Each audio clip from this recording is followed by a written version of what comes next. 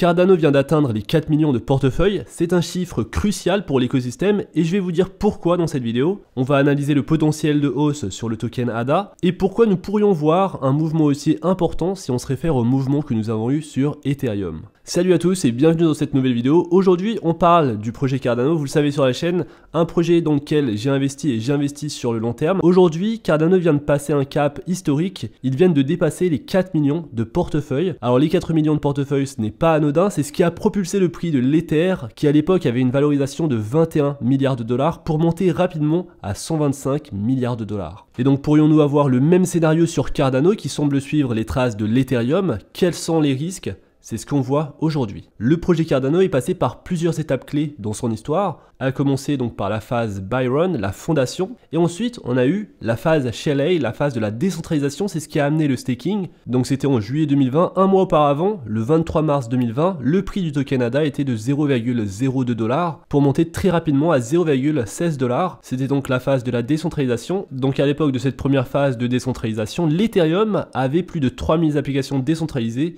et plus de 200 000 tokens personnalisés. On a eu ensuite la phase Mari. Alors durant la phase du hard fork de Mari, également connue sous le nom de Mari Upgrade, Cardano a déployé la mise à niveau du jeton natif Gogen qui fait de Cardano un ledger multi-actif. Cela a donné aux utilisateurs de Cardano la possibilité de minter des tokens et de créer des jetons Cardano natifs sur le réseau. Et donc tout comme Ethereum à l'époque, Cardano pouvait désormais créer des jetons fongibles et des jetons non fongibles, des NFT, avec des avantages uniques. Et donc cette phase, la phase Mari, est venue le 1er mars 2021 et on a vu également une forte hausse du prix du token, donc à partir des 10 centimes pour monter directement aux alentours des 1,3 $. Ensuite on a une phase que j'ai couvert sur la chaîne, la phase Alonzo, et donc les utilisateurs peuvent utiliser les contrats intelligents pour créer des applications décentralisées natives sur la blockchain Cardano grâce au nouveau langage de développement Plutus. Et donc cette phase Alonzo a été lancée en septembre 2021 et c'est celle-ci qui a propulsé le prix du jeton ADA au-delà des 3 $. Et c'est une phase également qui est sortie pendant le bull run.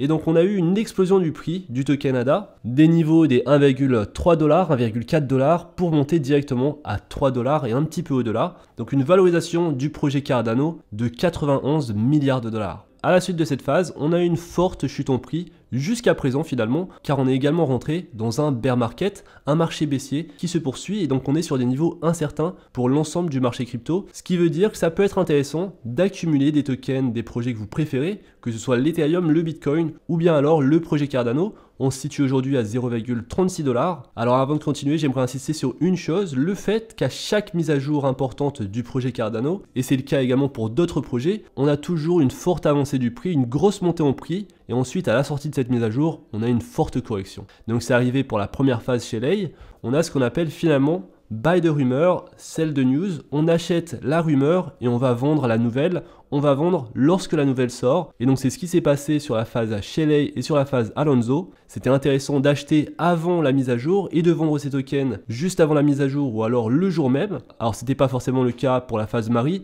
on a une grosse montée en prix juste avant, donc ça marche toujours, le fait d'acheter avant une forte mise à jour d'un projet crypto, mais ensuite vendre n'était pas forcément une bonne idée car on a vu le token augmenter en prix juste après, ou alors stagner et ne pas descendre en dessous des niveaux des 90 centimes. Alors il y avait également ce niveau psychologique, lorsqu'on est monté au-delà des 1 $ sur le projet Cardano, c'était difficile d'en redescendre. Malheureusement le bear market est arrivé et le bear market ne fait pas de cadeau. Et d'ailleurs même sur la dernière mise à jour qu'on a eue, la mise à jour vacille. Je vous en avais parlé sur la chaîne et je pensais pas justement qu'on allait monter en prix car on est sur un marché baissier.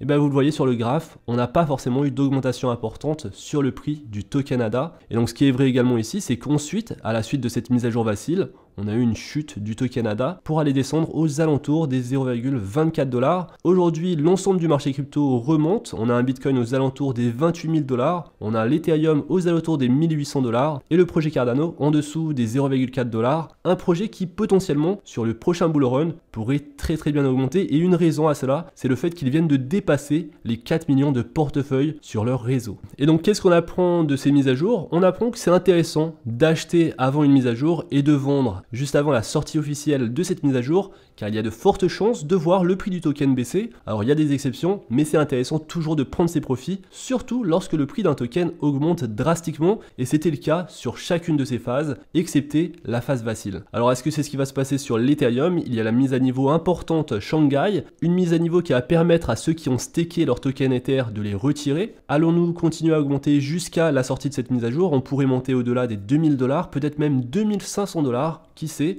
Mais ensuite, à la sortie de cette mise à jour, c'est la question importante.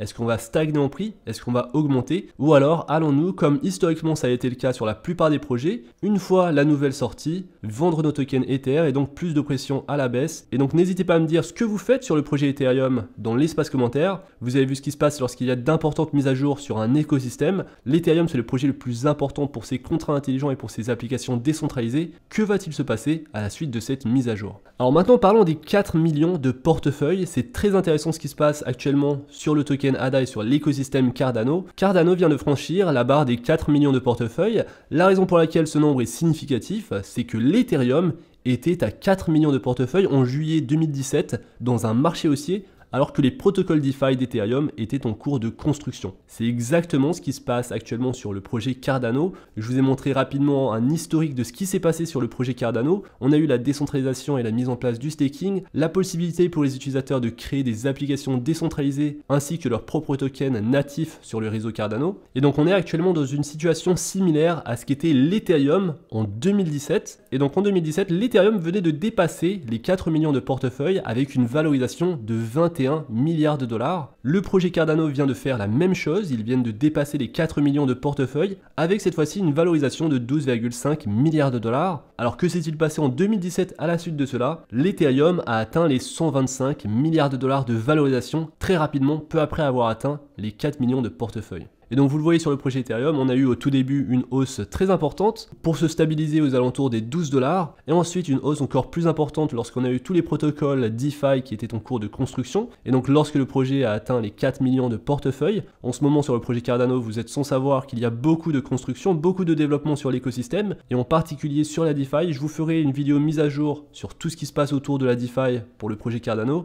Il y a beaucoup de choses intéressantes, les stablecoins qui mettent en place, mais également d'autres projets intéressants à garder à l'œil en cas de retour haussier. Et ensuite, pour l'Ethereum, à la suite de ces 4 millions de wallets, on a eu une forte montée en prix pour atteindre les 125 milliards de dollars de valorisation. Et donc potentiellement, c'est ce qui pourrait arriver sur le projet Cardano. On pourrait à partir de ce moment-là stagner pendant une période incertaine, et ensuite retour haussier, retour important sur le token ADA, pour dépasser le précédent sommet historique, donc les 3 $, et pour monter peut-être aux alentours des 7 $, et peut-être même, certains parlent de 15 $ et même 30 $ dans plusieurs années, on parle de 10 ans. 30 $, ça équivaut à un market cap, une valorisation de 1000 milliards de dollars sur le projet Cardano, et 15 $, c'est 500 milliards de dollars sur le projet Cardano. Donc on parle de plusieurs années lorsque l'écosystème crypto est très mature et qu'on a un Bitcoin possédant une valorisation très importante, car en effet il y a beaucoup plus d'acteurs qu'il y en avait à l'époque de l'Ethereum. Cardano, c'est un projet qui essaye de se différencier des autres projets crypto, mais il faut savoir qu'il y a aujourd'hui beaucoup de technologies émergentes, et donc finalement il est difficile dans le secteur actuel de se positionner, de choisir un projet en particulier et de mettre tout dedans en pensant que le projet va augmenter en prix. À l'époque de l'Ethereum, c'était plus facile, il y avait moins d'acteurs, le projet Ethereum était évidemment le projet avec la meilleure équipe et les meilleurs développements. Aujourd'hui, il y a tellement de projets de couche 1, mais également de couche 2 qui sont importants et qui ont une forte adoption. On a eu récemment la sortie, le airdrop du token Arbitrum, le token ARB, qui aujourd'hui a un prix de 1,21 $, une valorisation de 1,5 milliard de dollars. Et donc ici, le projet Cardano continue son adoption avec plus de 4 millions de portefeuilles sur son écosystème.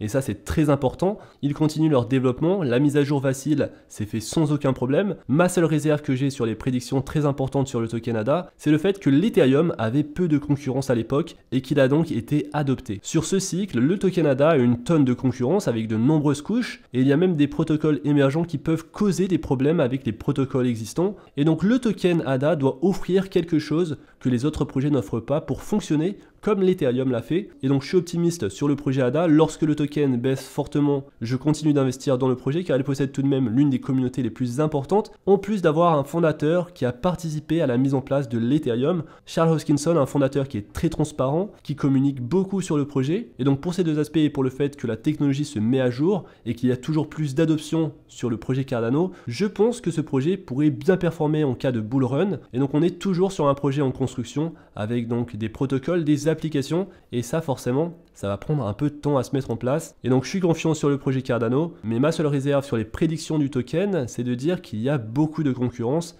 alors qu'à l'époque, il n'y en avait pas autant.